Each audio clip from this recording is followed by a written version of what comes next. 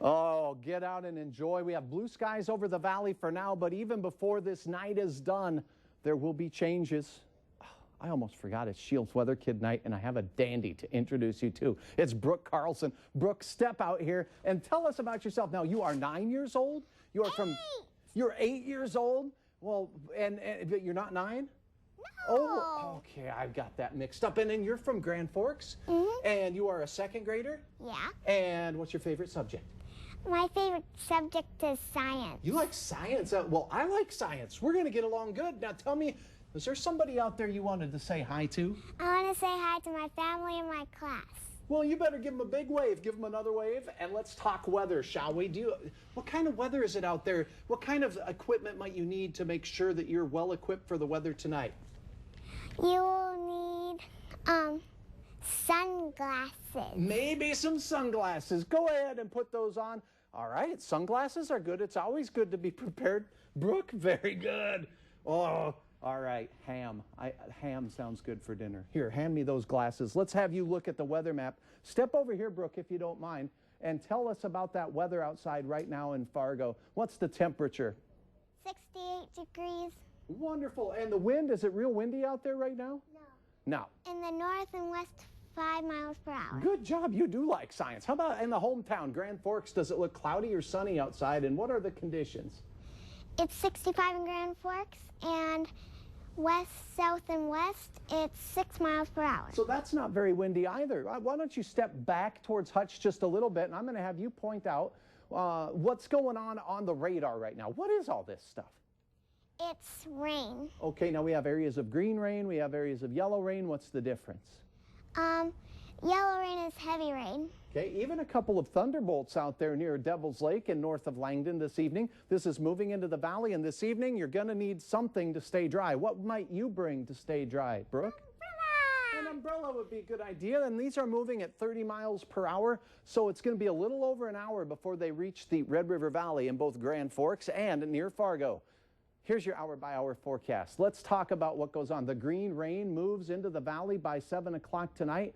Are the temperatures going to get warmer or colder? Colder. Colder, that's right. So we cool off into the 50s. As this front moves through, what happens to the wind?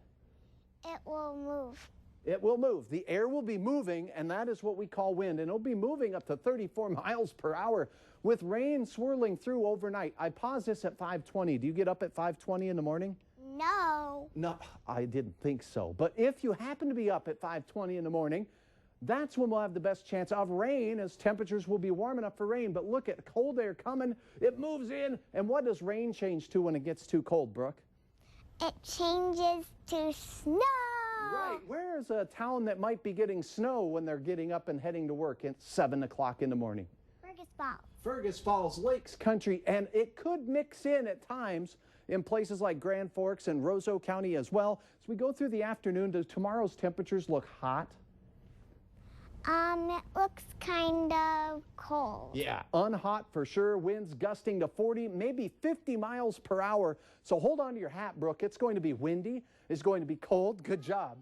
And it does look like the rain moves well off to the east towards Bemidji as we go through the afternoon. You may have snow in Bemidji all the way through the early afternoon hours, staying cool there throughout most of the day. Behind me there, should we turn around and show them? Is it still raining in Bemidji at 5:30? Yep. Yep, it sure is. Maybe Wadena too. Then tomorrow night we look at how much snow fell and what towns are going to be closest to maybe some deeper snow. The way you can analyze this for us, Brook Carlson. Bemidji and Roseau. And you said something about Bemidji. You've been there and visited a tall guy? Yeah. And I was afraid he was going to fall on me. When I had to take a picture, I was between his legs. Oh, yes, that is good old Paul Bunyan. And he's not going to fall, even in the windy winds tomorrow. Here's your bus stop forecast in the morning for Grand Forks. Tell everyone what the weather looks like, Brooke. 38 degrees. Good, and it's going to be gusty and cold, and bundle up. You could have a few snowflakes in the morning. How about Friday afternoon? Why don't you look over here and point at the weather map back here and tell everybody what you see? It will be windy and not very hot. Not very hot at all. I give that a grade of a D. And then tomorrow after school, 42, and tell everybody about the wind conditions tomorrow. 42 degrees, gustly cold, lots of clouds. Lots of clouds moving through, and the planning forecast looks like this. Friday, blustery, windy all day, 0 to 2 inches for most. How about Saturday? Saturday will be 50 degrees, perfect for harvest. Harvesting is good weather for harvest, not as windy. 49 on Sunday. Back up a little bit, Brooke, and tell us, does it look warmer toward the end of next week?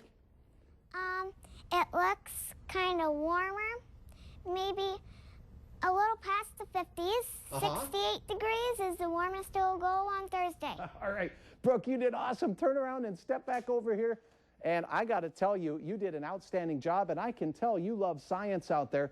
The 7-day forecast, I would not be surprised if a few of our neighbors and friends on Monday see some more flakes of snow. And again, the best chance of that looks to be on the weekend coming up here. And as we head into next week's close of the week on Friday, that's when we might have a chance at hitting 70 degrees again. So unfall-like and an early taste of flakes for many of us.